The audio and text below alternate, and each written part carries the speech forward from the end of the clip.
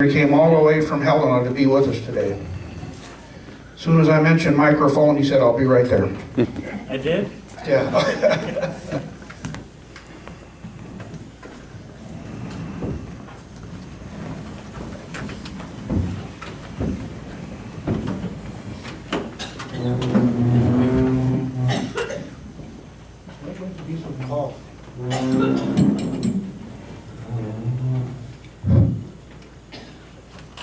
Well, I don't need that thing. I can say that without, I got a big mouth anyway. What my wife says that.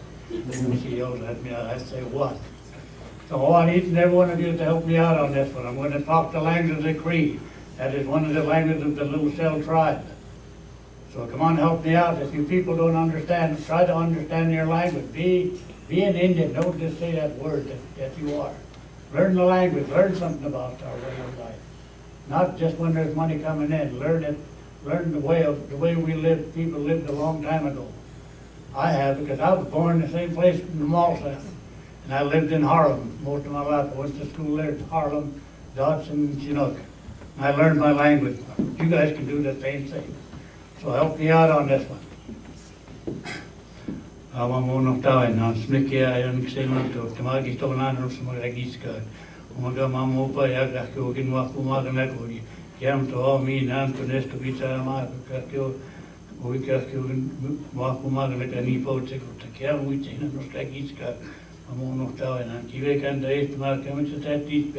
anything that loose I would like to have today, let us go through with what our great white fathers promised us what we're trying to get every day. We pray for our children, our grandchildren, so that they can have a better life in this world. So let's all pull together and help one another. Don't just say, "I can do this," and don't do that, but just help somebody. If somebody needs help, help him, because you're going to need the same help someday too.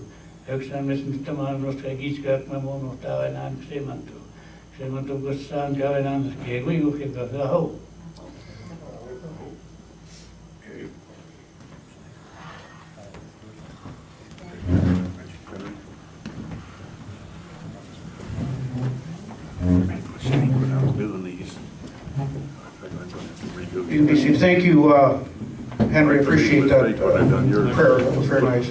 Kyle, would you like to come up here, please? Goofed up. So we'll have to get them reprinted, but oh well. I'll just go ahead and present them again. Then We're going to do our flag song here. Kyle, if you want to go ahead and you can do wherever you want, right?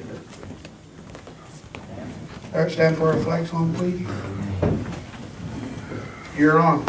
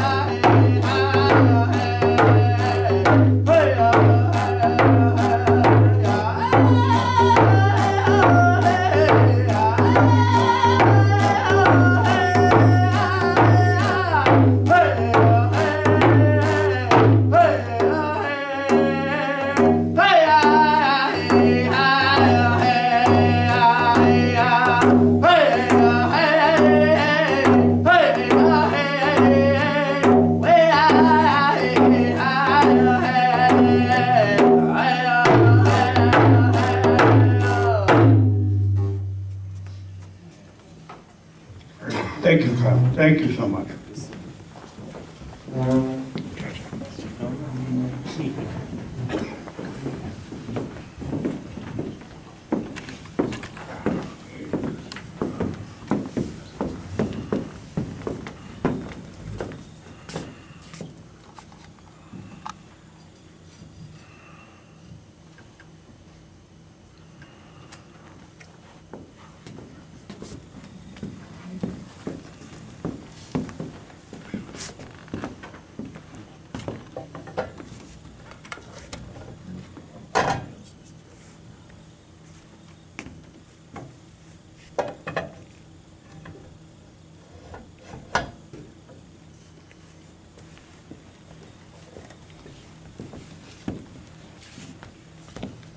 We're supposed to have another song on that one? That's it. Thank you, gentlemen. I appreciate that. James Parker Shield with the staff, Al Wiseman with the flag, Joe Martinez with the Montana flag. Thank you, gentlemen. We appreciate it. With that, I think we will go ahead and call our meeting to order. The first part of our business is we will go ahead and let Betty Holfeld, you go ahead and do a roll call for us. So our meeting is officially being called to order. Chairman John Gilbert. Vice Chair Gerald Gray. Present. Okay. Second Vice Chair Leona Kim. Here. Present. Why am I giving? Clancy Severson. Present. Chairman Richard Pronto. Here. And Chairwoman Luella Ferguson here. Let's show that we have a quorum to conduct business.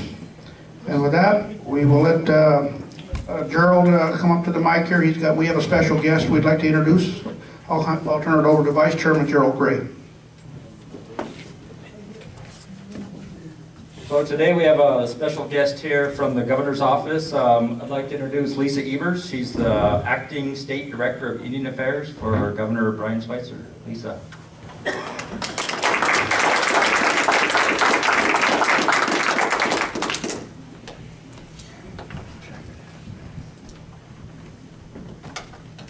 Good morning. Good morning. Well, you guys are tall. I don't like mics, actually. So anyway, I want to introduce myself.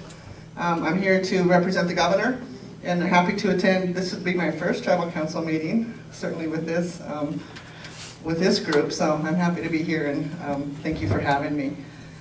My name is Lisa Evers, and I am Blackfeet Chippewa Cree. I am enrolled at Turtle Mountain, and I'm Blackfeet descent. And I serve as the governor's State Director of Indian Affairs. My office is in Helena, and I work directly with the governor. I'm an appointee of his, and I serve as a member of his cabinet. So I'm here today to, one, introduce myself. I also want to deliver the travel relations reports, which I deliver to the council. There's a few more on the table over there.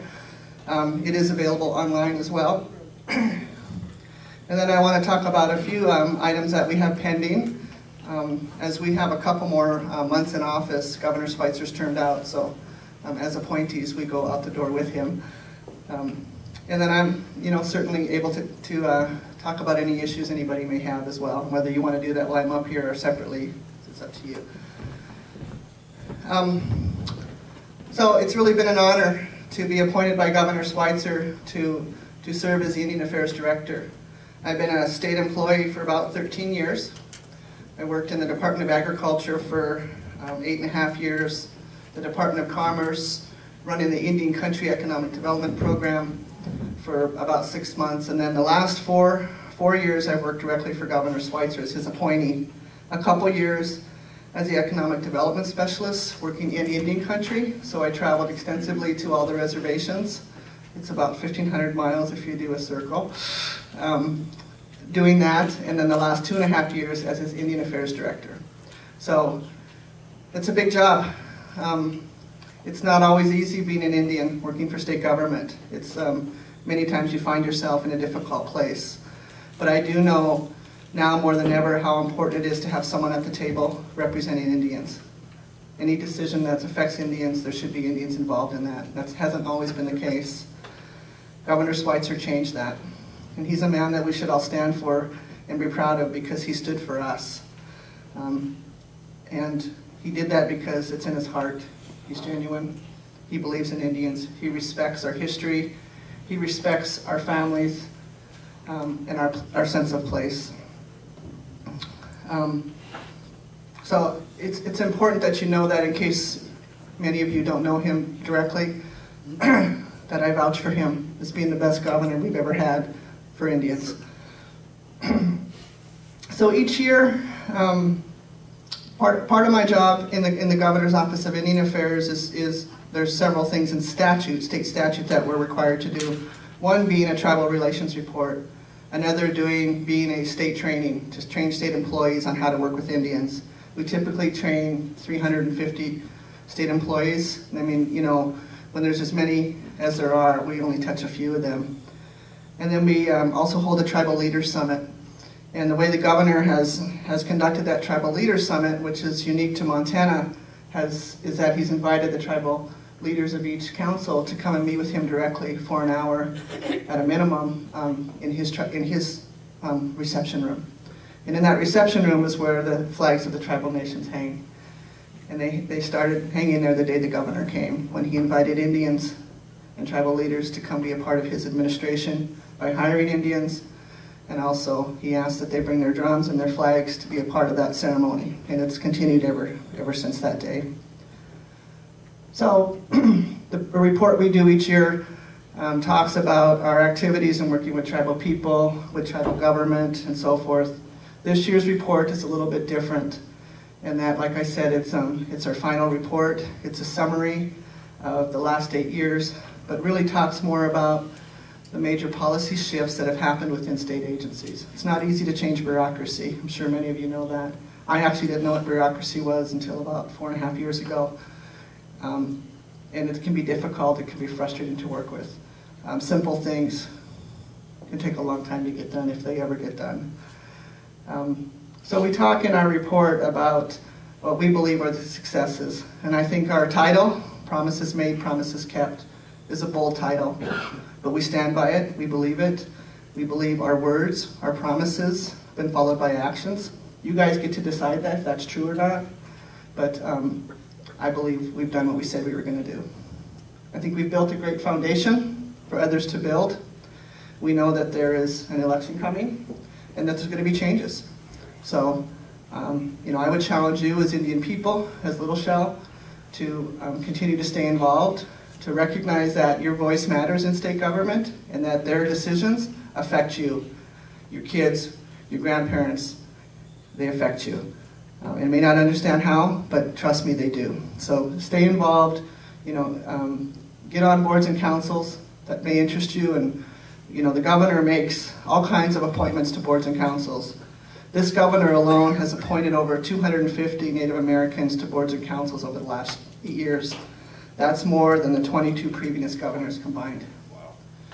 That your voice matters, I'm telling you that. If you're interested in jobs in the government, you know, apply for them, talk to people. Like I say, the best way we can do business with Indians is having Indians work with Indians. Or if they're not able to be there, you know, a tribe's not able to be there, someone needs to be there representing them in a sense where they can share their perspective. I get to do that many times, but I'd much rather be doing it with some folks around the table than being the only Indian at the table. So again, in the Governor's Office of Indian Affairs, as a director, my office is a two-person office. It's me, I'm an appointee of the governor, and I have an assistant named Rhonda Fenner. She is Blackfeet as well. And that's our office. And you know, we have our jobs and statute that we're required to do, but primarily we speak on behalf of, I speak on behalf of the governor as an appointee. So I'm here today on his behalf. I work directly with the tribal leaders, resolving issues, working on things on a constant daily basis. I serve legislative, I'm a resource to the legislators as well, and the legislative staff, to the congressional folks, to Indian people all over Montana who may be having struggles with state agencies. And so I try to interject there and try to help resolve issues. So a big task. It's been a fun one though. I got a couple months left, and I'm going to work till the end of time if I can here. I do need to find a job, so I'm going to have to take a little break and do that. But it's really been an honor, and I'm proud of the work that we've done as an administration. So when I talk about boards and councils, one of our big ones that's really important to us is the State Tribal Economic Development Commission, and that's a council that is working to promote economic development opportunities on the reservation and for the Little Shell. And our members from this Little Shell are Vice President Gerald Gray, who's done a great job, who is always there. And I can't tell you how important it is. You can be appointed to a board or council, but you got to show up. That's how we get things done, is people that show up. so he's always there. And then Clarence is also a member, an alternate member.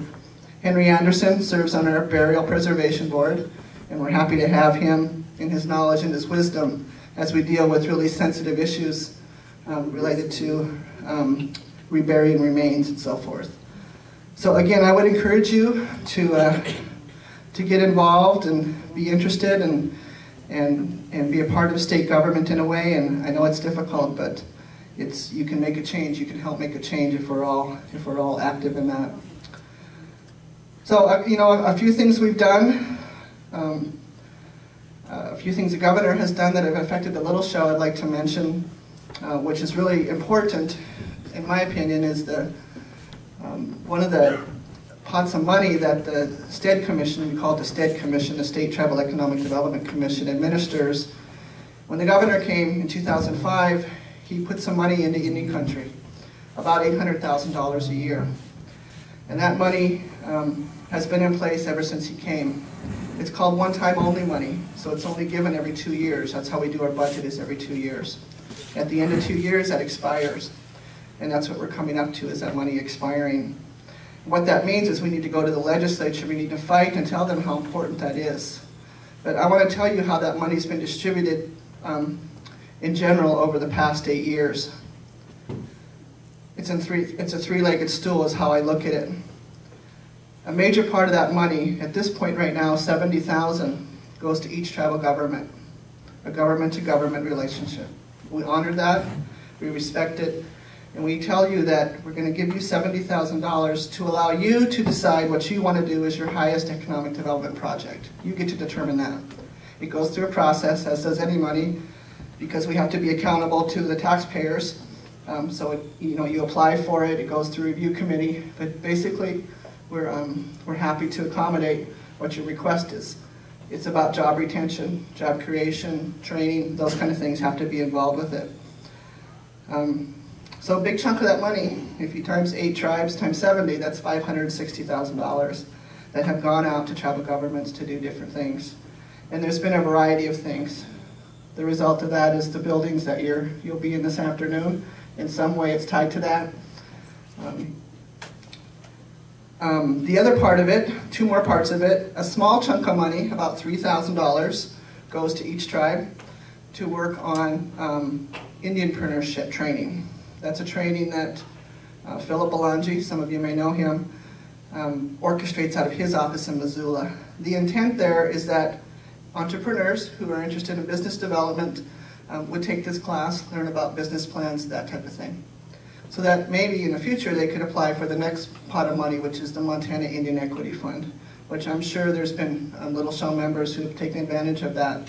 At this point, we have 2 grants, $7,000 apiece, that go to each reservation in the Little Show, and then 2 at large. And that's for folks, tribal business owners who are enrolled, that want to start a business, expand a business, that type of thing. There's been a variety of things across the state that this money has gone to. But I think at this point we're at 91 people have been funded over the last 8 years. About 75 of those are still in business. I mean, that's great numbers, you know, from people starting newsletters to people expanding their hair salon. The intent of that money, the Indian Equity Fund, was that Indian people typically don't have access to capital like other people do. Our parents aren't rich, our aunts and uncles aren't rich.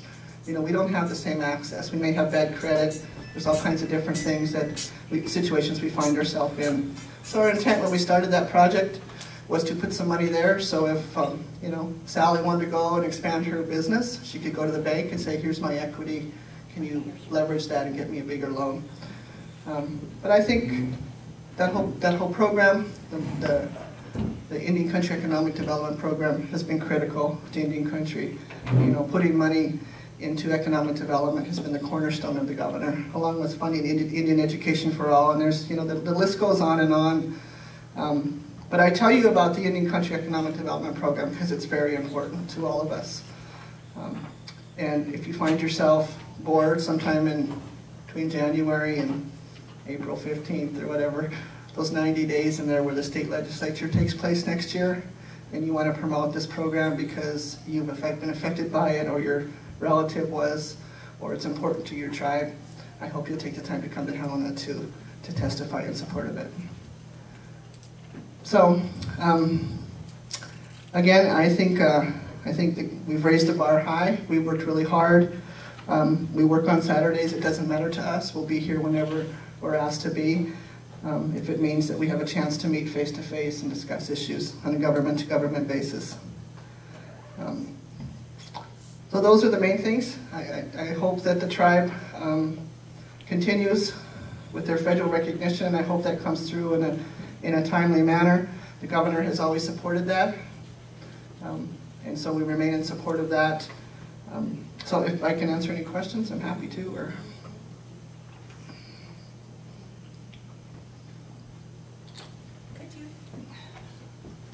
Could you tell me what was? I was just getting ready to leave. I've been on 1,100 mile drive, which I love doing, you know. But I'm here for a while, so I'll be around for questions. But go ahead. Well, I just didn't get the number of Indians that were appointed to boards and councils. Over 250. That list is in the Tribal Relations Report. We tried to do a comprehensive list. Okay. But over 250 in the past 8 years. You said that was more than the previous 22 governors combined. Amazing. Yeah, that's incredible. Yes, it is. I got a question, Severs. You mentioned something about $7,000 going to small business owners that are starting up new businesses. Can you explain that a little bit? Yeah, so again, it's called the Montana Indian Equity Fund. And we give 2 $7,000 grants to tribal members that are enrolled who apply. I believe the application is open right now, maybe a December 7th closing date for those that are interested. You know, we've had people that, like I say, started newsletters, fixed a truck that was broken because they use that for hauling. We've done it. We've given money to artists. You know, it's really about the entrepreneurial spirit and what someone wants to do with that. Whether they buy a photocopy for their business, whether they buy a computer because that's what they need to do if they're going to do online reservations. It's a variety of things. So there's an application for that. Again, Philip Belangi out of the Missoula office runs that. That application's online. There's also local connections to help apply with that. I believe James is probably, do you help with that, James? James helps with that as well. Again, using that $3,000 to try to get access to folks that are interested. So that money, the application ends December 7th. Kind of the process, just so you know, is it goes through a local review committee. And then that local review committee makes suggestions to the state review committee. I'm on that state review committee as well. And I think that's important because we have to have some balance. The local perspective, it's not that we don't value that, but there's also a bigger perspective as well. And so, and then that money is given out. You know, it takes a while, three months at least, it seems like, to get, because things take time in Indian country, they just do, as you get people's schedules together and so forth. So that's kind of how it works. So if you're interested, you know, I would encourage you to apply. Any of you that are, we do ask for a copy of your tribal enrollment. This is an unbelievable program if you think what we've been able to do. It really is. It's really impacted a lot of lives in getting these dollars out. And I also think our money we've given to tribal governments has been substantial as well. So, is that helpful? Yes, ma'am. Thank you.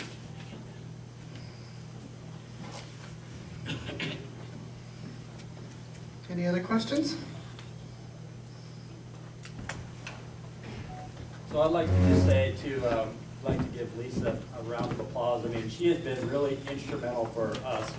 I'm on the phone with her every other week, if not weekly, and she's helped us, the Little Shell specifically, set up a meeting with the governor. She's helped get our accounting manual passed through the state. Like she said, she's helped very instrumental in the ICE program for us. So if we could all just say thank you and give her a round of applause.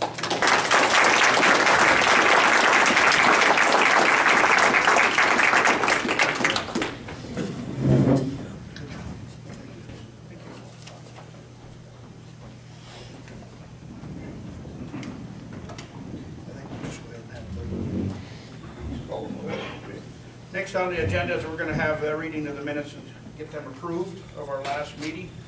I'll have Betty take care of that. Our last meeting was held July 14th, 2012. The meeting was held at the VFW Club at 4123 10th Avenue South in Great Falls. Chairman John Gilbert opened the meeting by welcoming everyone who came. He introduced Senator John Tester, who gave a short speech about recognition and what had happened and what he hoped will happen. Senator Tester answered questions posed by several tribal members. An honor song was sung. Councilwoman Luella Frederickson then presented Senator Tester with gifts. There was an opening prayer given by Henry Anderson, and then a moment of silence was given for Councilwoman Alvina Allen and other tribal members who had passed. Roll call. The roll was called with all council members present. The minutes of the last meeting were read by Secretary Treasurer Betty Hofeld. A motion was made to accept the minutes and was unanimously approved. Betty then gave the treasurer's report. Chairman Gilbert gave special recognition to Colleen Hill for her work as bookkeeper for the tribe. The following committee reports were given. Enrollment report was given by Councilman Gerald Gray. There were 57 new members. He also thanked enrollment volunteers Pat Mackey and Daryl Rummel and Luella Frederickson for all their hard work, taking calls, requests, and getting files up to date. Gerald also talked about the move to the new office building. Daryl Rummel had the system set up to make new ID cards for members. Daryl will be taking a class online to support her work in handling the ICWA, which is the Indian Child Welfare Act cases. Federal recognition report was given by Chairman Gilbert. He reiterated some of what Senator Chester stated, saying that he hoped he could get Senate Bill 546 passed. The cultural report was given by Councilman Richard Pronto. He submitted a second endangered language grant and it was denied as well. He stated that our tribe speaks 3 languages, Ojibwe, Cree, and Michif. He said there were only 203 native speakers in Turtle Mountain. He said the letter he received would help with future grants and that he would keep applying. Richard talked about the round dance that was held on Memorial Day weekend and thanked the council for their support. He said there were plans for a powwow to be held in Great Falls, and a book is being written by, and I hope I have this name correct here because I couldn't quite get it, but Nicholas Vernon?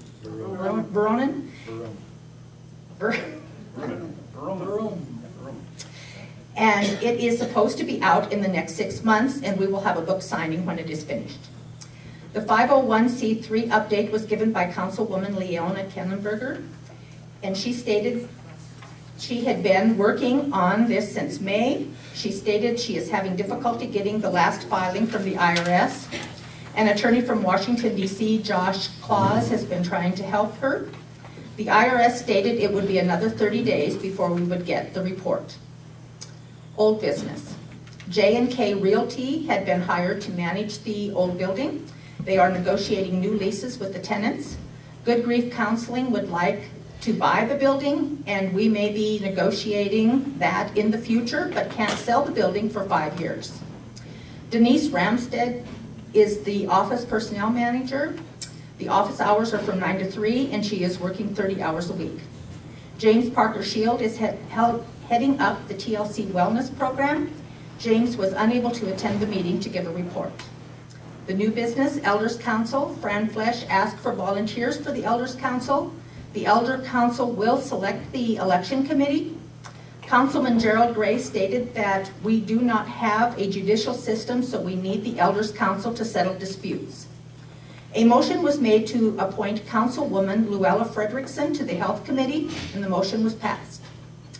The ICE grant and the Moroni Dam project was put on hold for now because of asbestos found in the building and the exorbitant cost to eradicate the problem. Nicole Gray was hired to administer the tobacco grant. A powwow will be held in Great Falls over Labor Day weekend. Chairman Gilbert thanked tribal members for help and invited members to stop by the new office. Councilman Gerald Gray told the tribal members about the newsletter, Council Voices, and that the membership would be informed through email and Facebook. The meeting was adjourned. Thank you, Betty. At this time, are there any corrections or additions to make to the minutes? We have a motion to accept the minutes as read. We have a motion by Vice Chairman Gerald Gray to accept the minutes as read. All those in favor say aye. Aye. Opposed? Let it show overwhelmingly that it passes. Thank you, Betty. I'm gonna make a few comments on some of the things that was read here. At this time, I see one of the gentlemen sitting in the back there, and maybe he could give us just a bit of an update, and we'll introduce you to this mysterious individual called Nicholas Varun. Would you come on up here for a minute, Nicholas, please? Nicholas Varun is a quiet person. He's been working with the Little Shell, working for us forever. He put together a book in the history of the Little Shell, and it's absolutely phenomenal. And it'll be coming out soon. And so with that, I would like to have Nicholas Varun maybe step up to the mic and let our tribal members where you're at with that. Hello there, Nicholas. Good morning, folks. Good morning. Good morning. Thank you very much. I'm really pleased to be here, and always feel privileged to be among Little Shell folks. We're just about there with this history book project. This is a project that really began in 2007 when the Montana legislature allocated money to each one of the tribes to write a history book in their own way, and that this book would be utilized by the Office of Public Instruction to help build curriculum for the Indian Education for All program that exists, by law throughout our schools and supposedly state agencies and all public institutions in the state. At any rate, let me see, it was just about 3 years ago now, on October 27th, 2009, that the Bureau of Indian Affairs came out with their final negative determination on 30 years of petitioning by you folks for federal recognition. And this is, I just want to give you a sense of my involvement in what's happened with the history book project since then. So 2007 money was allocated. 2009 the tribe received final negative determination. At that point, the tribe had 30 days, 90 days, 3 months to contest the negative final determination. And at that point, NARF, Native American Rights Fund, brought me in because I had some understanding of you folks, your history, that I didn't see in any of the anthropological work that had been done prior. And that I saw as I read all the documentation of the negative final determination that there was a lot of stuff that was missed, a lot of pieces that weren't put together in presenting your case in an irrefutable way that really depicted your just rights in being federally recognized.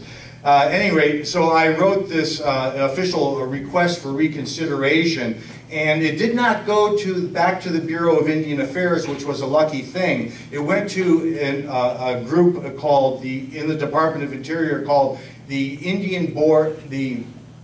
Department of Interior Board of Indian Appeals, the IBIA, and this is an adjudication panel made up of judges. And they take this request for reconsideration and they decide if it merits further consideration, and they accepted it. And so your federal recognition was the negative determination was put on hold. And they're still reviewing that now. In the meantime, Senator Tester has gone forward and is working through legislative strategy to try to get your federal recognition. But the other strategy, going through the process of the BIA for federal recognition, that actually remains alive at this point also.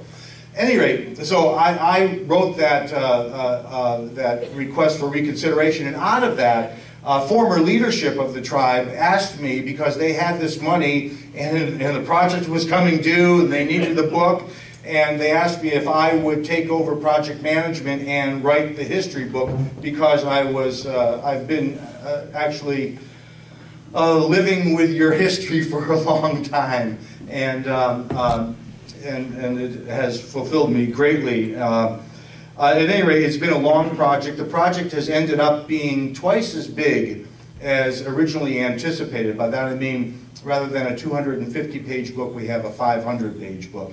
And that has come about because I had to let the story, I had to give it its own life. I couldn't say these were the limits to the story, and this is how much money we have, and so this is what it is. I had to tell the story that I knew was there, and I had to keep on going and bring out all the various facets and name names. By that I mean where those places were, identify those places were, where the blockages occurred, where the promises were made and the promises were broken, and who were the people in the bureaucratic places, and was it leadership or was it pure bureaucracy? Was it prejudice or was it misunderstanding? All of those kinds of things down the line, but it's all there. Anyhow, so the book has, and then once all that is there, I really wanted people to, in a sense, I'm looking at a number of different audiences. You're the primary audience for this book, but your story is not just your story, and it's not just a Montana story. It's really an American story, and even larger than that, it's a continental story, because you know half of your families are on the other side of the medicine line, and half of your history is just north of the border here. And so there's a larger story as to who was in and who was out and how that happened, as well as I wanted it to be, you know who you are, you have your family photographs, you know what your people look like, you know your family histories and your tribal and band histories and such, but you folks, to the rest of Montana and to our region and to our nation, are a big question mark, and they don't know who you are, in a sense. So I wanted, it's chock full of images. I've got over 300 black and white images, as well as a 32-page color section that I've collected historic images from museums and archives and collections throughout Canada and the United States, and brought this all together.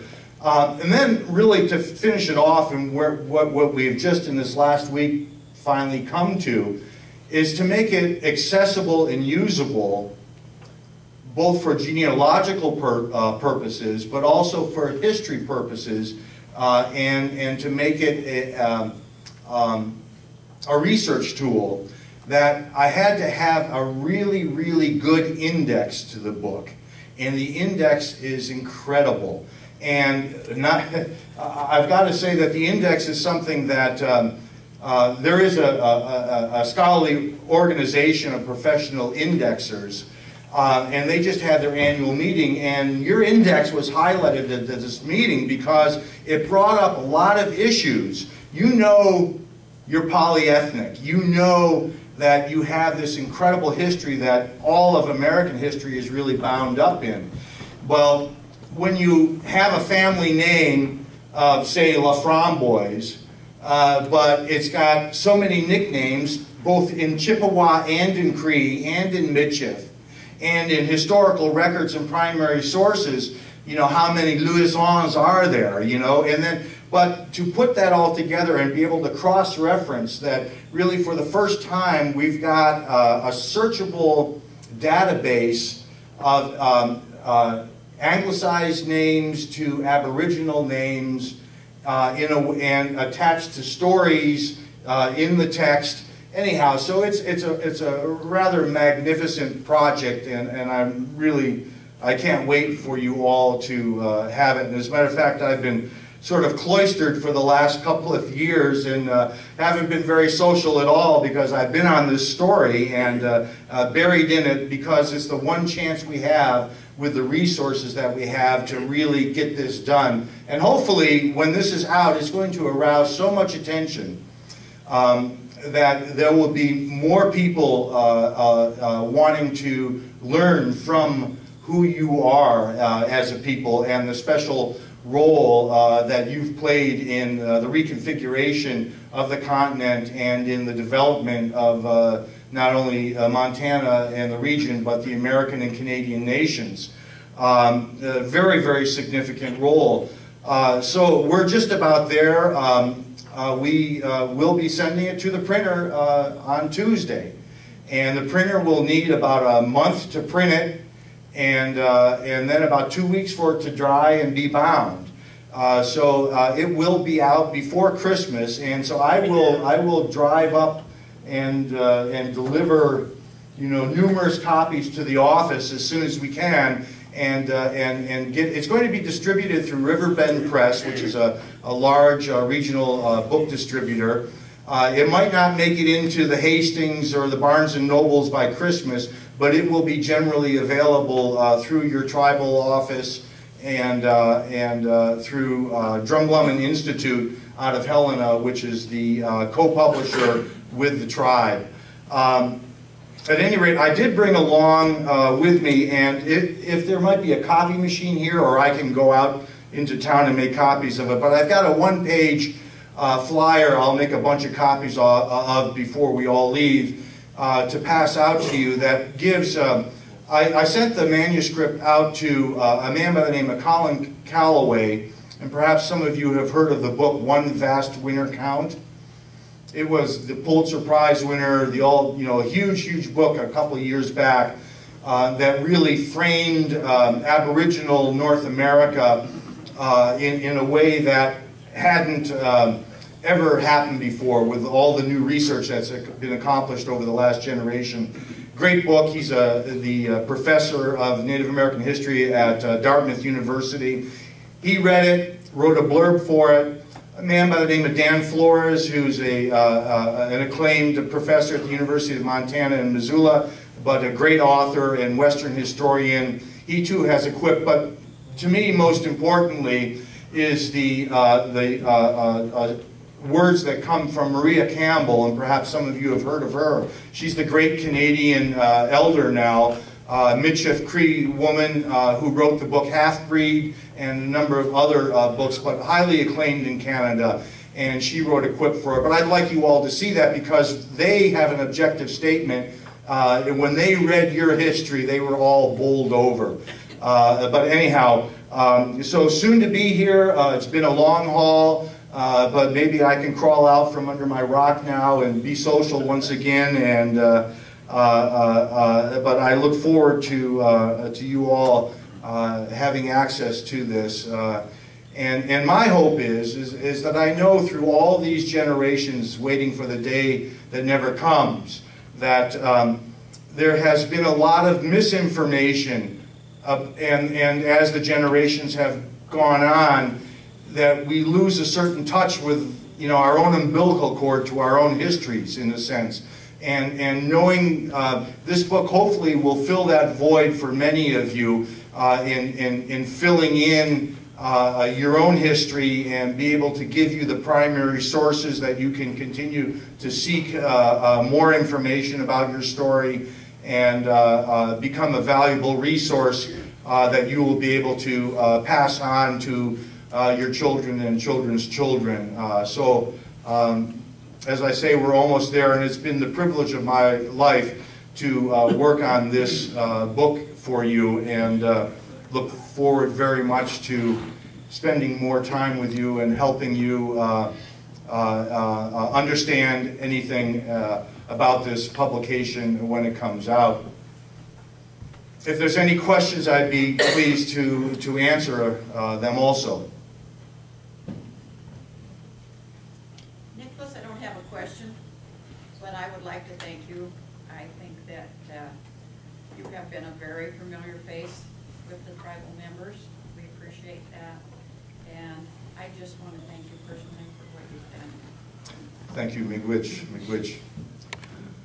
I'd like to say to Gapumitau and Betsy over here also that I may appear to have disappeared, but really I've been cloistered over this time and was waiting until I had something to offer to be able to present myself again, and that I think we're close to ready now, and there is my hope is that that with this publication that there will be a new understanding, a new pride, and a new sense of importance and significance that you people hold in the larger Montana and regional society, in a way that people are going to be coming up and wanting to learn more, which is a good thing, a good thing.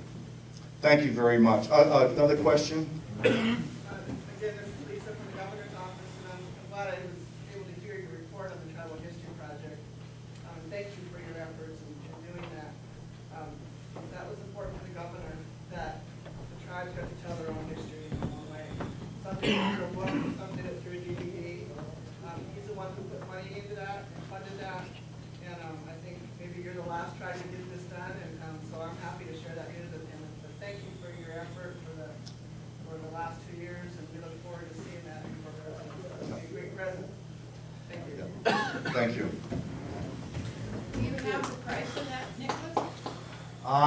Well, we're right now tentatively thinking it'll be about a $50 book.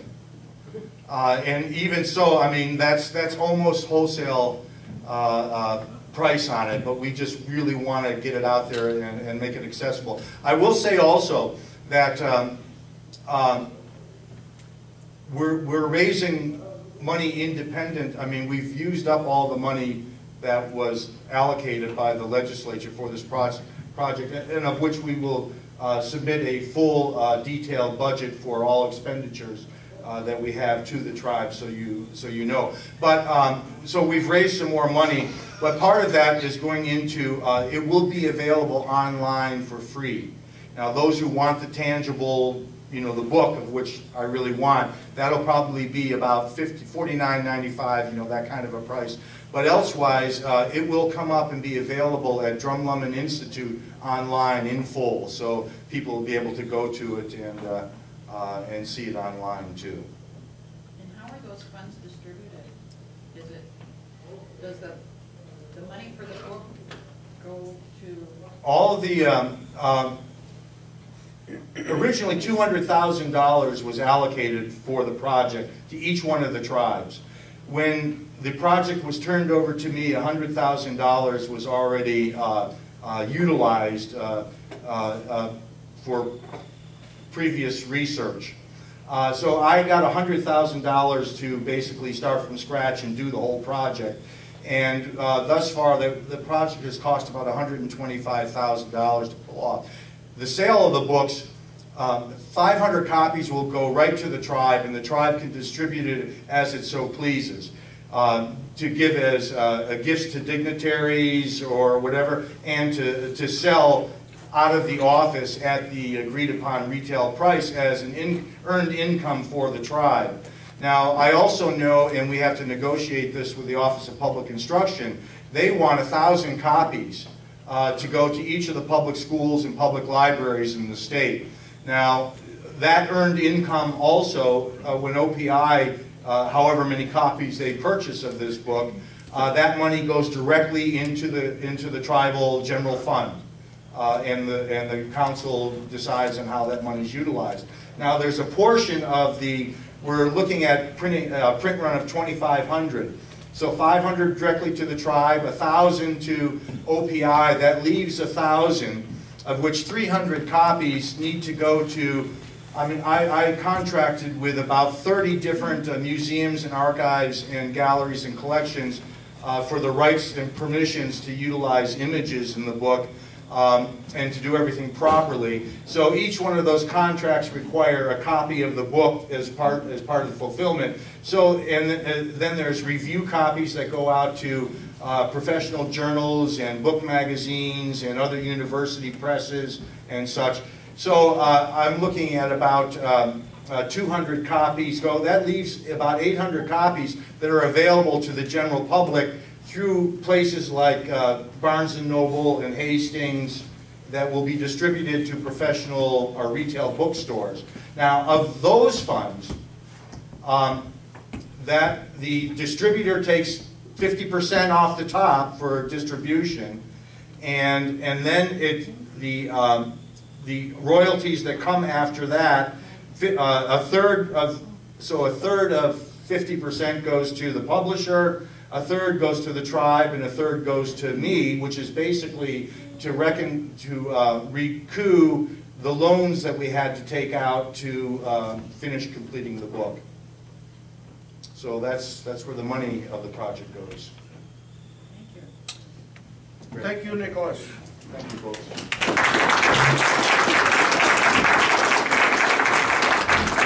So now we know who the secret man is, Nicholas Roman.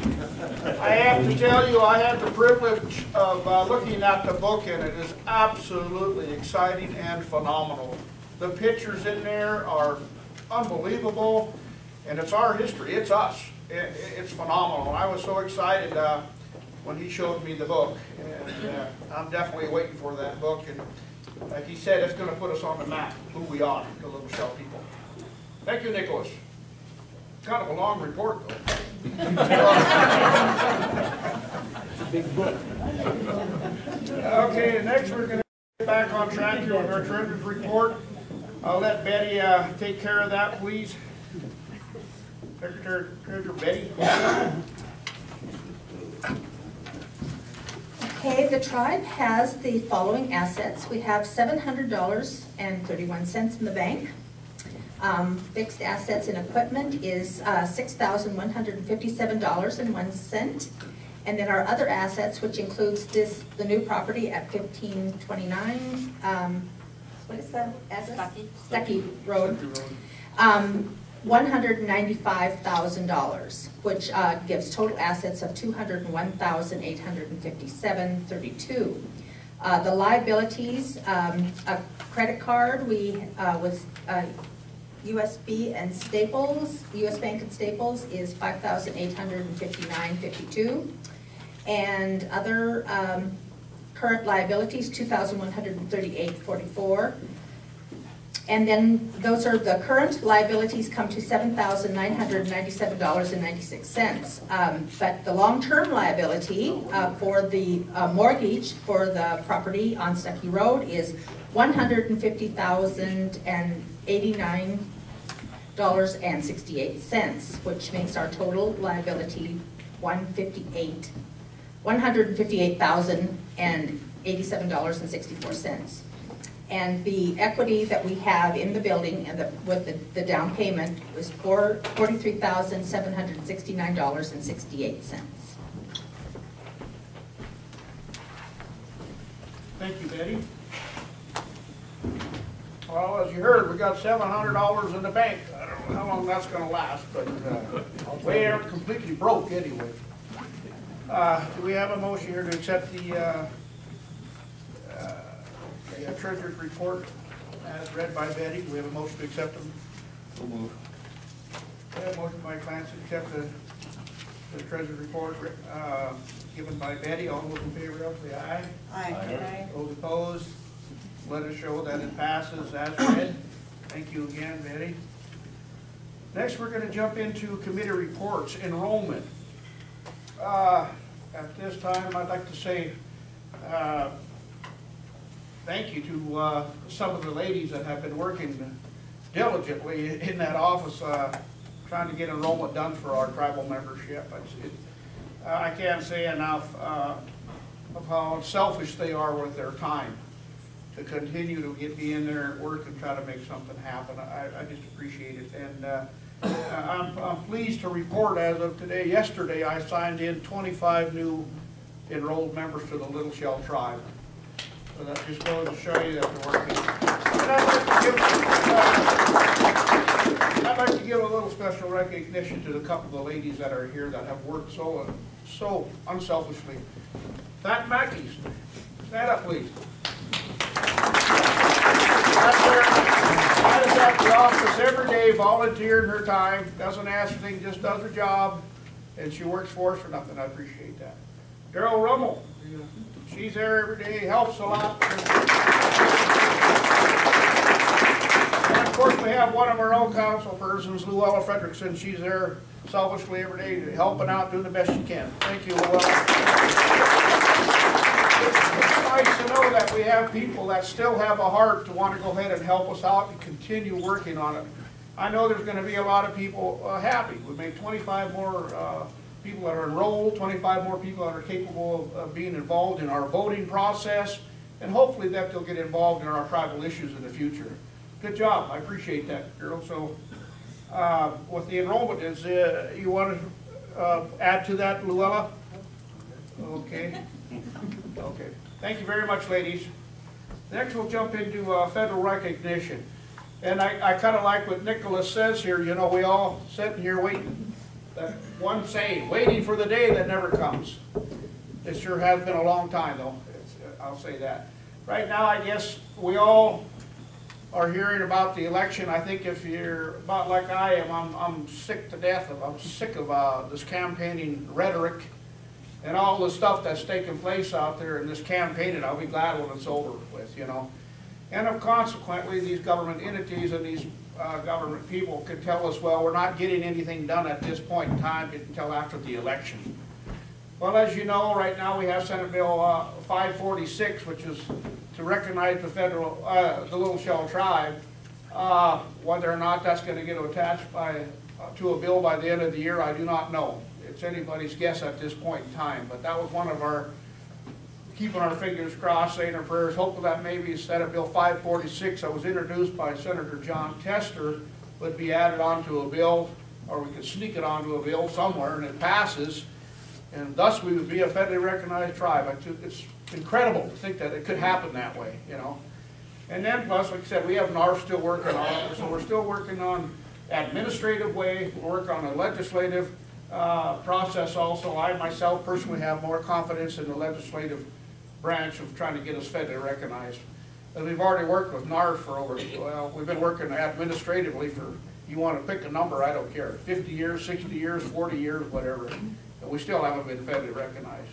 So all I can say is let's just see what happens apparently after this election. From my understanding of Senate Bill 546 at the end of the year, if it's not attached, it's not acted upon, it sounds like we will have to start over from scratch again.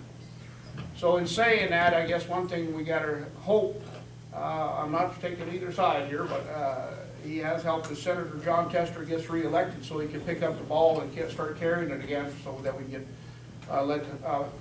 recognized legislatively.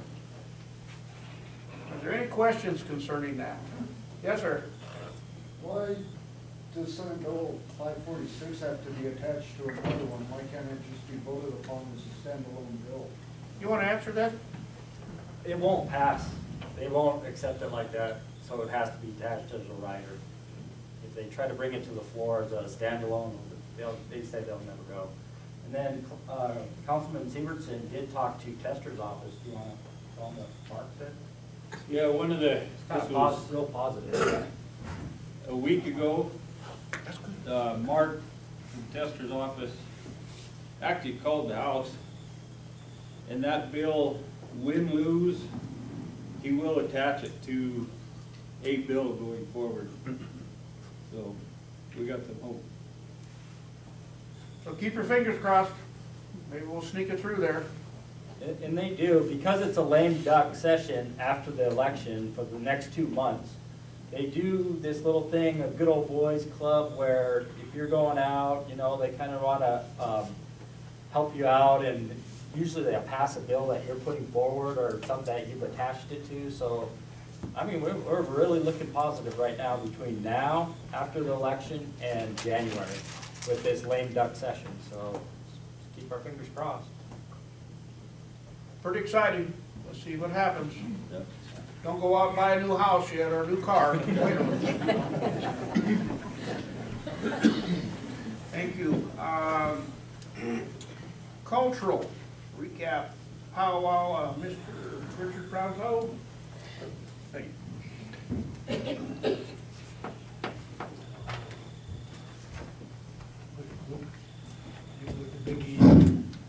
Pretty good. Everybody hear me?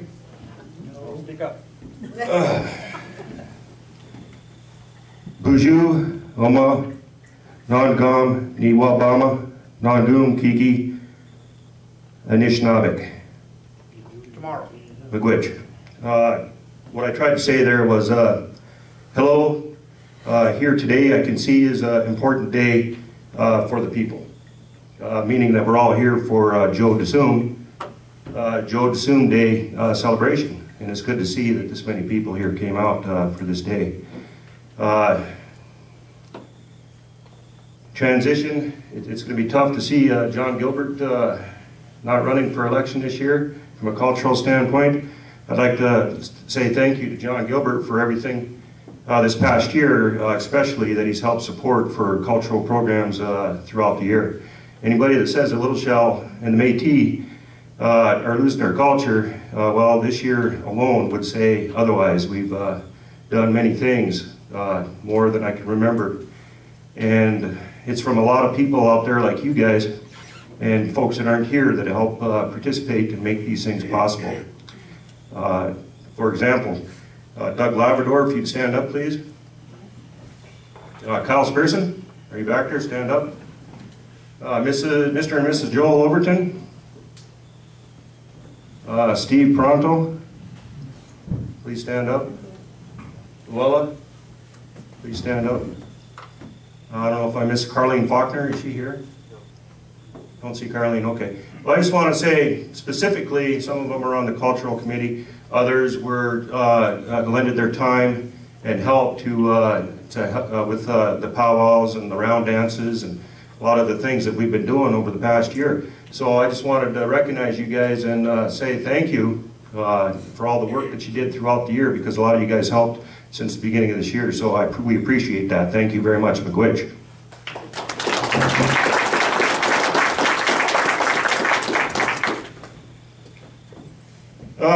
As you heard Betty when she read the minutes, we did submit another grant for a language program. It was denied, but for the third time, just like the Little Shell, we're not going to go away. Federal recognition is going to come our way. I believe it. That day will soon come. Right, Nicholas? That day will come. But I wanted to say that I enlisted the help of Mr. Parker Shield. He helped me out for the third time. We submitted another language grant. I'm going to work on getting this here grant. Hopefully we'll find out in January whether that's approved or not.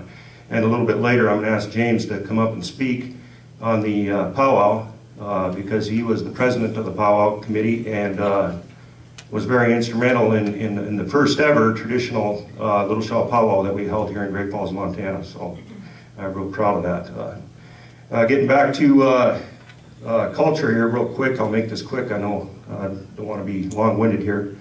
But I wanted to point out that native languages constitute both the core and foundations of tribal identities and cultures by mapping ancestors' universes and ties to traditional homelands. And to go back to Joe Dasum, Joe Dasum was a great leader for our tribe. And we're working with Brenda Snyder and other folks to put something together to honor all of our leaders. You know, Joe Dasum, his wife Carolyn, I believe his wife was Carolyn. You got to give a lot of credit to her. We've had Debbie Swanson, Judy Jacoby, a lot of great leaders in the past. And today, this afternoon, we'll be going up to take a look at that tribal capital. And I just want to point out a few key things in history real quick. In the 1930s, Joe Dasum helped secure land near Sun River. It was partly opposed by residents of Great Falls, Montana, but it continued on. In the 40s, there was a government resettlement plan in Phillips County through the Farm Security Administration. And they were working on getting land in that country. Of course, the war came along, World War II, and that didn't go through. I'm getting somewhere here. Also, Joe DeSume and others worked on the Brown Ranch and the Cowan Ranch. They were almost ours at one time, and then that fell through. The Flowery Ranch, a lot of people might have heard about the history of the Flowery Ranch. So my point is, we keep on trucking. And in the 2000s, we got that land over by Kalispell, 57 acres. That's a lot of land that we own. You know, that's something to say. And today, when we go up to Hill 57, we got that tribal capital right here in Hill 57 on 1 acre of land. And I think that is something to really celebrate, all of us. I think that's pretty amazing. So I'm looking forward today to go up there for that ribbon cutting ceremony. And Henry, I know you're sitting right there. I'm going to try this one more time. Niyasom Muntu Ganwaymanin Gakko Kisagi. Grandfather, creator, look down on us, pity us, we love you. That's in honor of Henry Anderson, who taught the Cree language in here in Great Falls for several years. Miigwech, Henry. James Parker Shield, would you want to come up and speak on the powwow, please?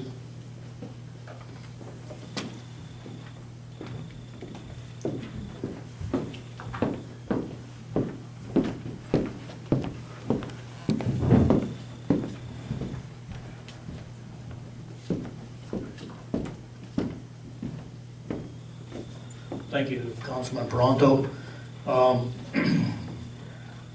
I assume that some of you had the opportunity to attend the powwow that we had here in Great Falls. Those of you that weren't able to make it, you missed out on a real successful event.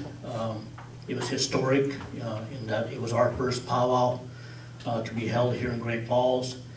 Our tribal council, is to be commended for debating the topic of moving our powwow from Lewistown to Great Falls, and they are to be further commended for making the decision and taking the chance of moving it, because people, I guess it's human nature to get comfortable with something the way it's been for a long time, and so we took the risk of moving it here, but we also felt that not only do we have a large tribal population here, but Great Falls is centrally located. It also affords us opportunity to promote our tribe and its traditional Chippewa culture and the local media. We wanted to take advantage of that. Plus, we knew there'd be a good turnout from the local population as well as our tribal members. And we also feel that not only for this powwow, but the ones in the future, we'll be able to basically count on support, from the community, whether it's businesses or other programs, in order to help pay for the cost of carrying on our powwow. So that was our first effort. Our powwow committee, Council Member Luella Fredrickson, Richard Toronto, Joel Overton, Carleen Faulkner, Peggy Myers. Who else did I miss? I can't remember who else. Anyway, the most interesting thing about this powwow is that we actually put it together in 1 month. Those of you that know anything about powwows and how they're organized, it usually takes at least a year ahead of time to put your committee together, and then they spend that whole year not only planning but doing the fundraising to pay for those costs of putting on a powwow. We were able to scramble, and being the resourceful Go Shell people that we are, we pulled it off in 1 month, and it was successful. We had the Mayor of Great Falls came and spoke, did a welcome on behalf of the City of Great Falls. We had County Commissioner Joe Briggs, who came and spoke on behalf of the County Commission. And then we invited a special guest, the tribal chairman of the Blackfeet tribe, Willie Sharp, came down and made a speech as well. So not only was it well attended, but it garnered a lot of public attention. And our powwow committee is going to meet again this afternoon, and we're planning next year's powwow, bigger, better. We want it to grow. And once again, the tribal council and those people that are helping out with the powwow are to be commended, because our main goal is to keep alive our traditional Chippewa culture, and to promote it and carry it on for our future generations. That's our sole purpose. And of course, it doesn't hurt to remind people that the Little Shell Chippewa are here and we're here to stay, and that Great Falls is our headquarters. Thank you.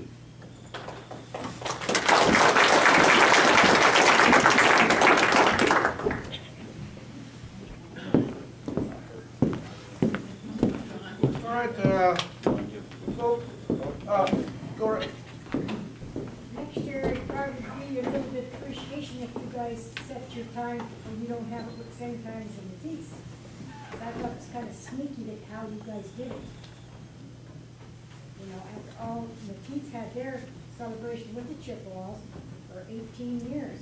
And all of a sudden, June's Shields gets in on this, and right now, it's in Great Falls. You know, I didn't think that was very nice how you handled it. Well, your comment is duly noted.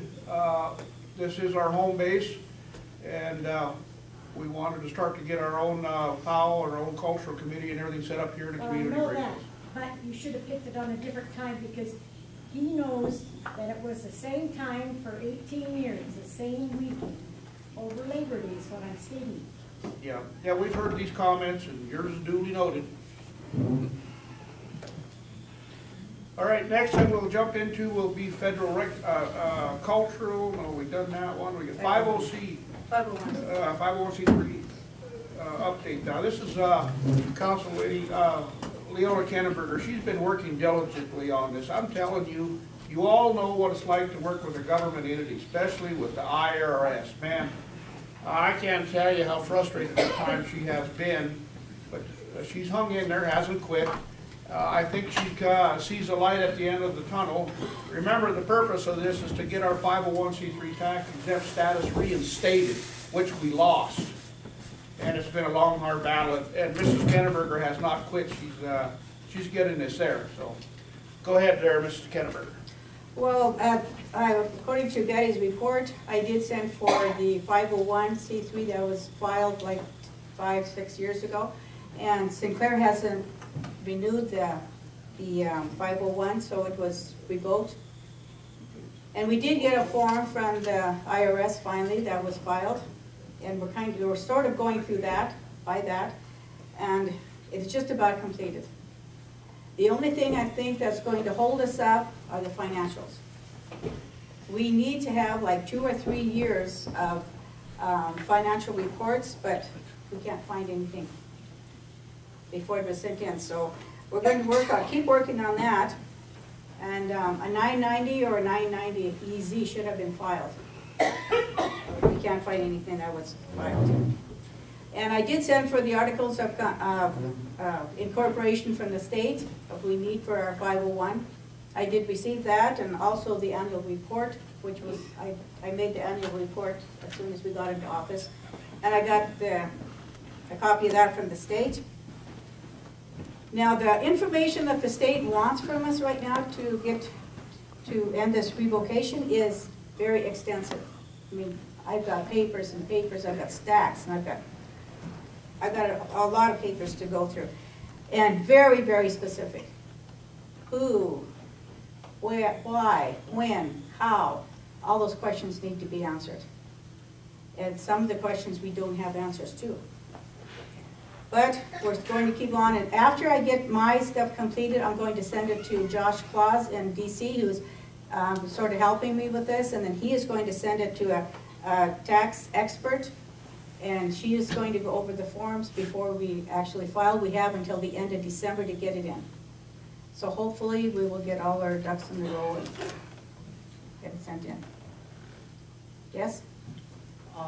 Perhaps you've already looked at this, but it's stated anyhow. Both when Pamela Bunty was doing, and her team was doing the research for the supplemental evidence, I mean, she was keeping really exact tribal records, budgets, all of minutes, all that stuff, as well as I know that NARC and Kim Gottschalk has been collecting all the stuff that was in the administration prior to Chairman Gilbert that all of that information. NARC has copies of that. So you might have a whole copy of a more complete copy of your administrative history sitting down in Colorado or in Pamela Bunty's archives. Oh, that would be great. How do I get hold of it? How do I get that information? I could give a call to both places and see what they have if you're interested. Yeah, I think, but the only thing that's really, like I said, is going to hold us up are the financials. If we could get some copies of that, that would be great. I'll check. 2-3 years, yes. Okay, any other questions? Thank you, Mrs. Kenneberger. Let's wish her luck. Let's hope we get her done. And right now, it's 5 minutes after 12. We're almost to the conclusion at the end of this agenda. I would prefer to finish it, and then we can go ahead and eat. Is that all right with you folks? Okay. Next on the deal is our health committee. We have 2 people that would have to give a report on this. I will go ahead and call, what's on the do it? I'll have Daryl.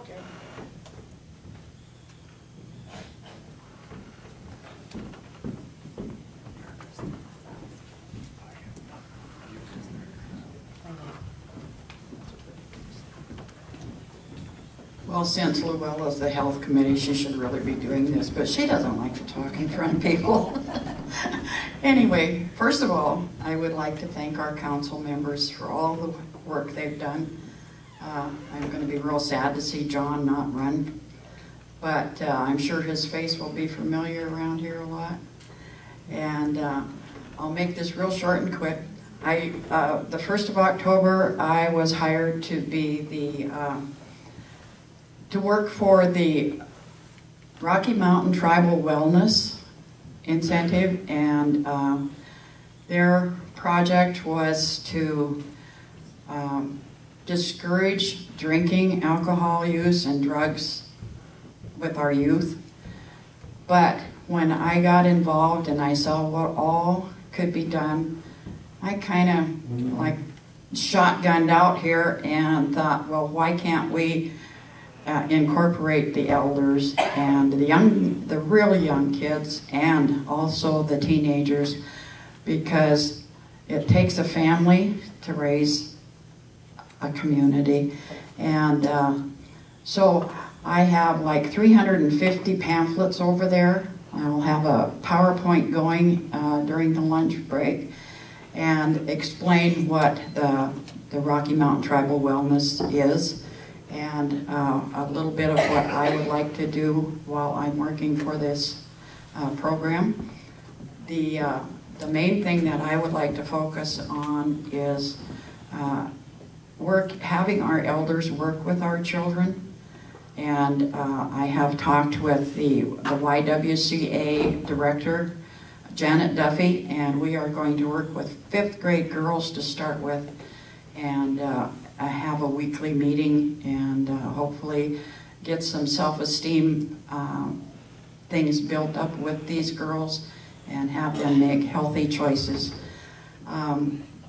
One thing I'd like to point out is this little ribbon that I have on my sweater here. That's for cancer support. I had lung cancer a few years ago and had part of my lung removed. I was not a heavy smoker. I did smoke maybe a pack a week, but I worked in environments where there was secondhand smoke. So I would like everyone to please stay away from tobacco. It does terrible things and you don't even know it. So I would ask you to come and sign my wellness sign-in sheet, and also I would like to honor all those that are cancer survivors. Would you please stand up, everyone that survived cancer? I know there are several here in this group. Caroline, come on. I know there's a lot of us. So, and these aren't just from smoking, but smoking is one of the big things that causes all types of problems. And Terry is our tobacco program director, and she may have some more things to say about tobacco, but let's get a handle on cancer. It's a bad thing. Thank you.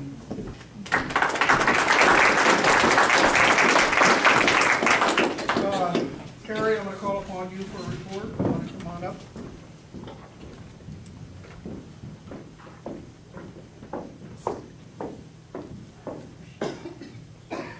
Terry is the director of our tobacco program.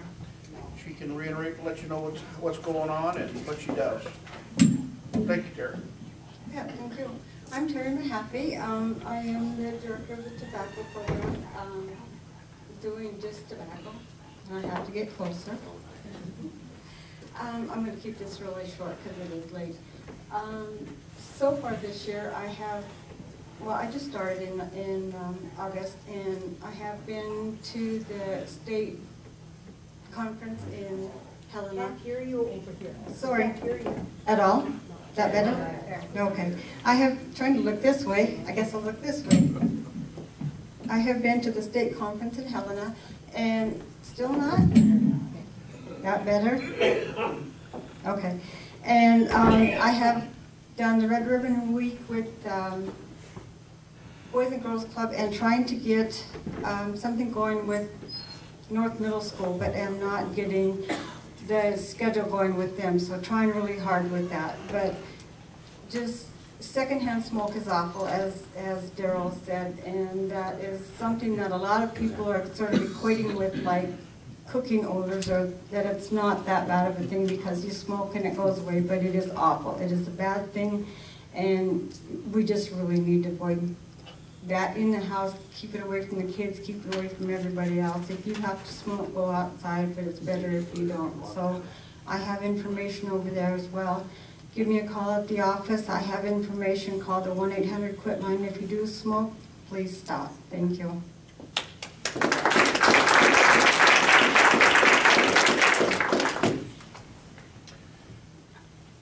Thank you, Terry. We'll push on to new business. The first on the agenda for the new business is the sale of our 1626 6th Avenue North building. Are you aware where that building is at, that we own it, or we did own it? Okay, this is a program that Lisa alluded to here earlier, that the state worked with us, thank goodness, to help us purchase this piece of property. And we now have, that's where the office was set up. We now have that rented out to different people. There's apartments still rented, and the people down below that have their businesses offered to buy the building. Their loan was approved last week, so we're happy about it. We was able to sell that piece of property, which we will use for a payment on the new property that we bought over on Hill 57. We should be able to sign the buy-sell agreement on that piece of property next week. We sold the building for $190,000, and we got $140,000. Excuse me, $140,000, and we got a down payment of $30,000. So we're pretty happy with it. That'll we'll be able to put some money down on the other Stuckey Road building, and maybe get us caught up with some of our bills. So it was a good business decision, and the ladies that bought the building, they're happy about it because we were in the process of going to raise the rent and do this and that, and they figured if we were going to do that, they'd just soon buy the building. The state worked with us very close. Lisa, thanks to her, working in there and slugging it out for us and getting things done. There was a provision in this thing about the building. We could not sell it for 5 years. We approached the state and Lisa, and they did give us a reprieve from that. We did not, a waiver has been done for us, and the state even brought it to our office and signed up, let us sign it there, took it to the courthouse. I thought that was excellent service, Lisa. They were very good. So in saying that, we are now the proud owners of 1 acre of land, a very nice building with about 1,250 square feet, a steel building. It has unlimited potential.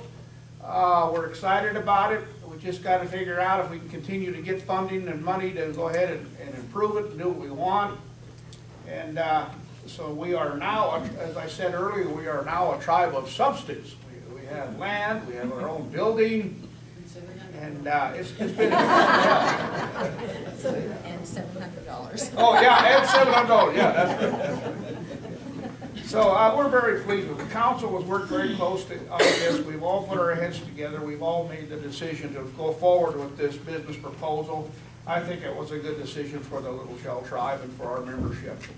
As we all know, we are synonymous with Hill 57. Now we own an acre of land at Hill 57, and we have a nice building, and we have the possibility of expanding and putting new buildings, whatever we can do. But it's a good feeling to have a piece of our own ground here in Great Falls.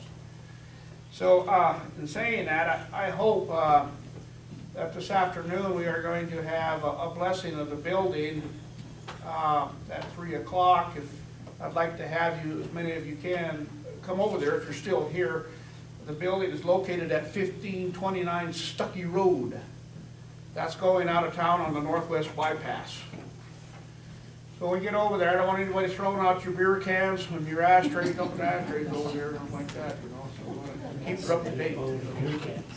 But it's a very nice building. I'm very pleased. I'm very proud that we own that building. And I want to thank the council for working with me, and we got her done.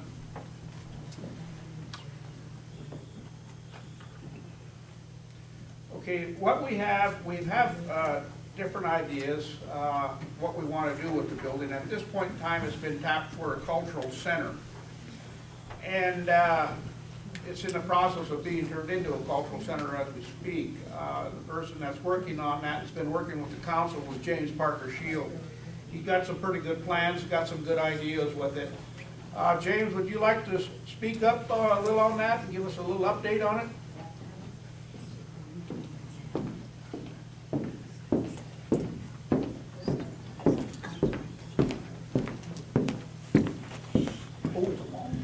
Oh, I missed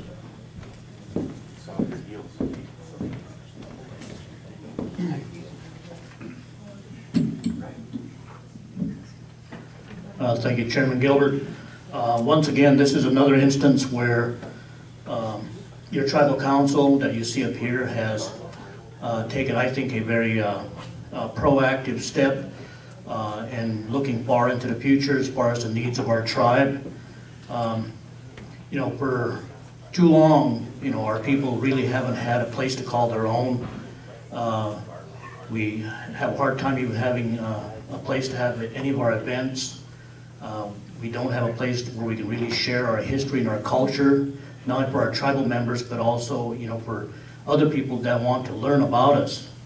And we finally have that place. And I think it's significant that it's located on Hill 57, one of our historic communities in our tribe. The first two families that were on Hill 57 were Little Shell families.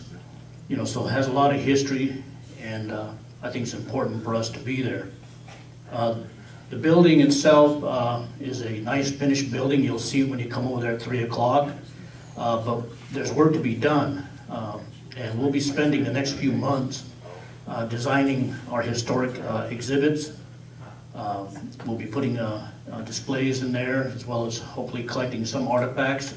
Any of you that have family members that may have some old historical stuff that you would like to loan to the tribe to put on display, we'd appreciate it. You can get a hold of me. We're going to have a theater there.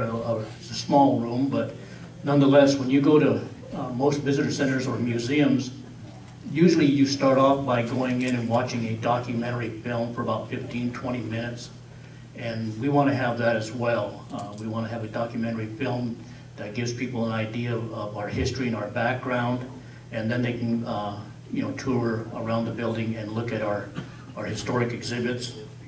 And then, of course, we have the acre of land. We're going to do some landscaping out there. We're going to do some signage, because this is another way that our tribe is looking down the road. We can't really count on always receiving grants to operate you know, our tribe on. We have to do something that's sustainable. so that we can make some money to carry on those programs and services for our people. So this visitor center is going to get us into the tourism business. We want to tap into that market, plenty of visitors, so we're going to also put together some marketing materials, some brochures. We're going to ask the state, Lisa, we're going to need your help one more time, asking you officially right now to help us with the Department of Transportation to get those highway signs that they have, like for the Russell Museum or the Buffalo Jump, get those put up around the Great Falls area so that we can be ready for the upcoming tourism season. We'd appreciate it. I'll be following up with you.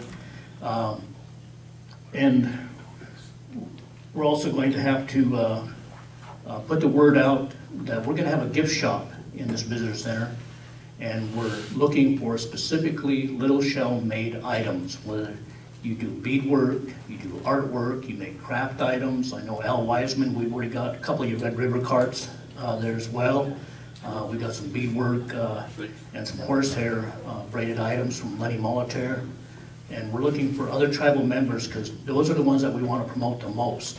This is another way of keeping our culture alive, is by encouraging people that are within our tribe that make items, you know, whether it's star quilts or clothing or beadwork or paintings, whatever. We want to sell, first and foremost, little shell made items in our gift store. And secondly, we'll encourage other Indians to supply us with stuff that we can sell as well, because that's going to be one of the ways that we pay for the operation of the visitor center. We also upstairs will have a room that's going to be a research library. We're hoping to put a lot of our archival material there, as well as stuff that we can collect from tribal members, copies of material maybe from the Indian Resource Library here in Great Falls. I'm going to be talking with Nicholas Bruman about his sources so that maybe we can access those. I know some of the council members are talking with Brenda Snyder about her huge collection of information. This is a place where we want our tribal members to come, see exhibits about their history, but also they can go into the research library, and if they want to do any more in-depth studying or research on tribal history, or even look up information on family genealogy, they can do it here. So this is an important step for the tribe. We're going to be doing the blessing ceremony at 3 o'clock this afternoon, and I hope to see all of you out there. Miigwech. Thank you, Jake.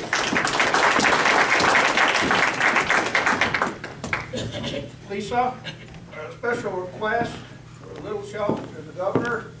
We have 1 acre of land. Can he get us 350 head of buffalo to put on that? I'd like to respond to that. It's the cover of our book is the buffalo, and that's the Vortex buffalo that are up there. And that's the Yellowstone buffalo that are genetically pure. And the governor promised to get them back to the Indians. That happened earlier this year. And so I got to go there a couple times, but I was just there 2 days ago.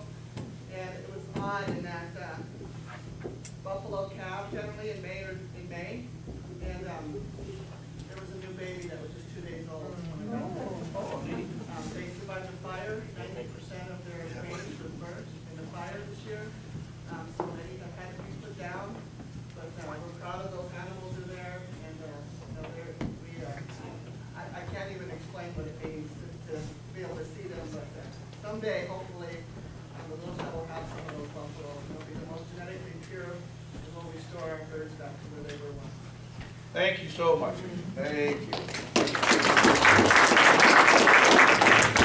Okay, a couple more things here, and we will be done, except for public comment here. Pat, I don't know if Luella was in that office yesterday. We had a tribal member that stopped by from Renton, Washington. Her name was Patty Shields. She donated $300 to us yesterday.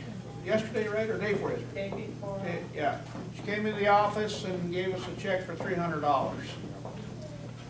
Yeah, In honor, yeah, of her daughter, Charlene. Did I miss anything, or did I get it right? You get it right. So once again, there shows the generosity of our Little Shell people. Isn't that great? Yes.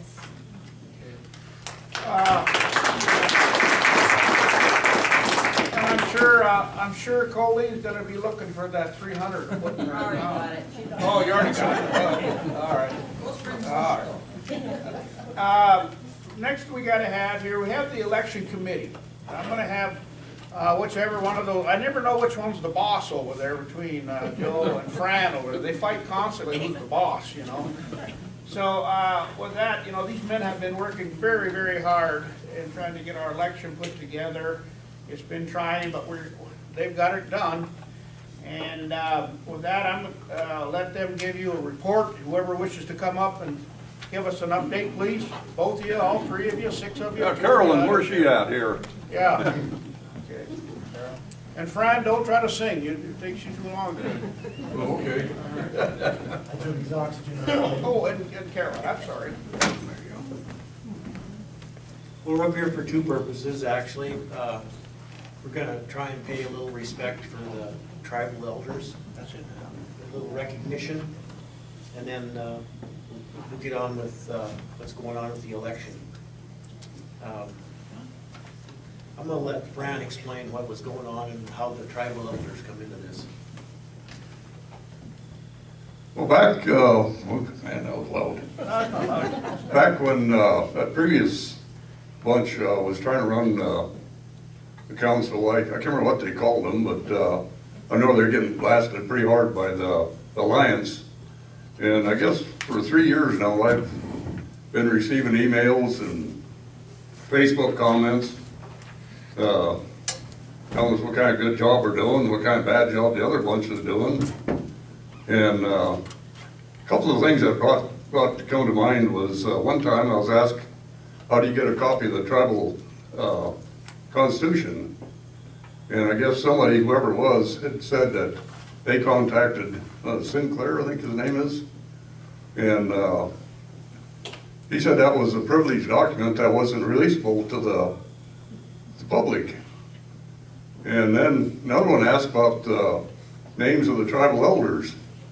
And same thing, you know, that was something that wasn't releasable. And I think what it was behind the whole thing was he didn't want this information known so people could read what he was doing wrong and you know, to contact tribal elders to try to get things straightened up. So anyway, the whole thing was I kind of took it on my own here and I talked to council and they agreed to recognize our tribal elders that volunteered to step forward and, you know, do the leadership of the tribe.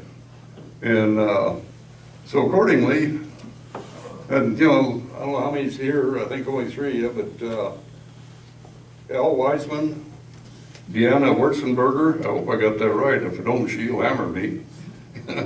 Henry Anderson, Patricia Mackey, Tim Zimmerman, Roger Sois, Larry Olson, Rita LaSalle, and also Justin MacGyver. We give him a certificate here also for all the computer work he's been doing for us.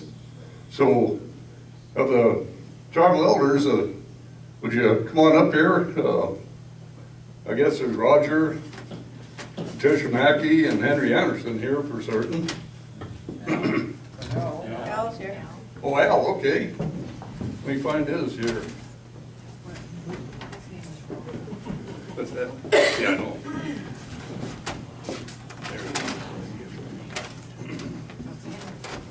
Okay, Henry's gone, yeah. I made a goof up on one while I was printing these. We got a guy by the name of Henry Wiseman. It should be Henry Anderson, so he can beat me severely about the head and shoulders if he wants. But the certificate we come up with, I'll tell you what, you want to read it? Okay, this is Little Shell Tribe of Chippewa Indians. It's from the election committee. Closer to the mic. It's a certificate of appreciation. In recognition of your acceptance of the duties and responsibilities as a member of the Tribal Elders Council. The Tribal Elders Council wisdom, they support and advise the Tribal Council on any questions or decisions that may arise. The Elders Council calls for the general or special elections when necessary. The Elders Council appoints the election committee. The Elders Council oversees the activities of the election committee and settles any questions or disputes with the election proceedings. Above all, the Elders Council assures all members abide by the Constitution and bylaws, all for the advancement and betterment of the Little Shell tribe.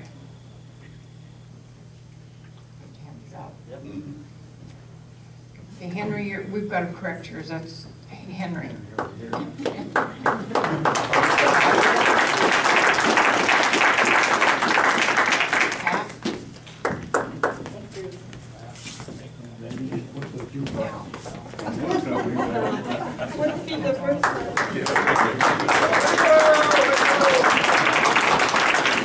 We got one here, Justin McGyver. He lives out in Texas, and he's our computer aide. If he'd been doing this certificate, it'd been correct. But he's the one that come up with the design and everything for it. And if you see all our Facebook sites, all the videos and pictures that are in there, a lot of the stuff that's in there, he's the one that put it in.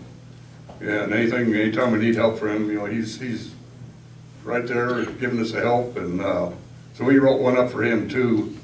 And we'll have copies of this, all this stuff up in the office.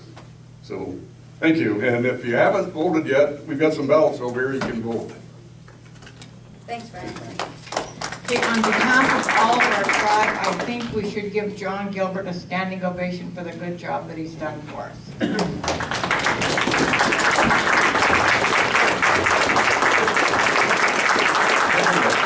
Well, with that, the tribal council right now would like to also present John with a gift. He and Little White Feather. If you come up here, John, and read this, that'd be nice. Little White Feather, huh? Well, if you're okay. Patty. She's an adopted Little Shell member, Little White Feather. Okay. It says Certificate of Appreciation. This certificate is an appreciation for all the hard work you've done for the Little Shell tribe through some tough times. This certificate is good for 2 round-trip tickets to Las Vegas to be used at your convenience.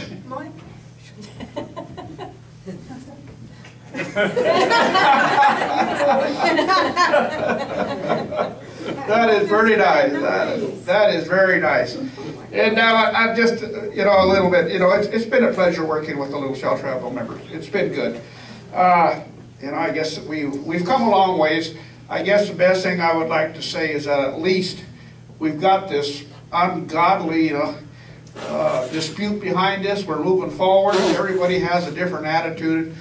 We've completed a very important mission, and that was to bring back our tribal membership as one body. And I haven't heard anything negative, no fighting, no nothing, and it's a very good feeling to work with people that are positive, and we're going in the right direction. I also would like to say thank you to the Tribal Council, because they've worked with me and backed me on everything. They've been there at a minute's notice when I need them. Gerald has been fantastic to work with and backing me up on things. So I know our tribe is going to go further in the future. We're going to get places. Everybody here is quite active.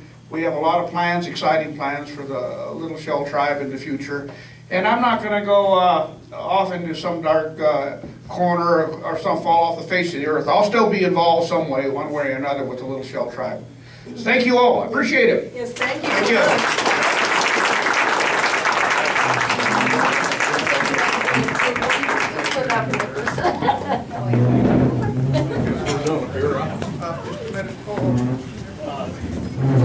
In a traditional way, we want to, recognize and honor Chairman Gilbert for his service to our tribe. So Kyle will sing our chairman honor song. Please stand up.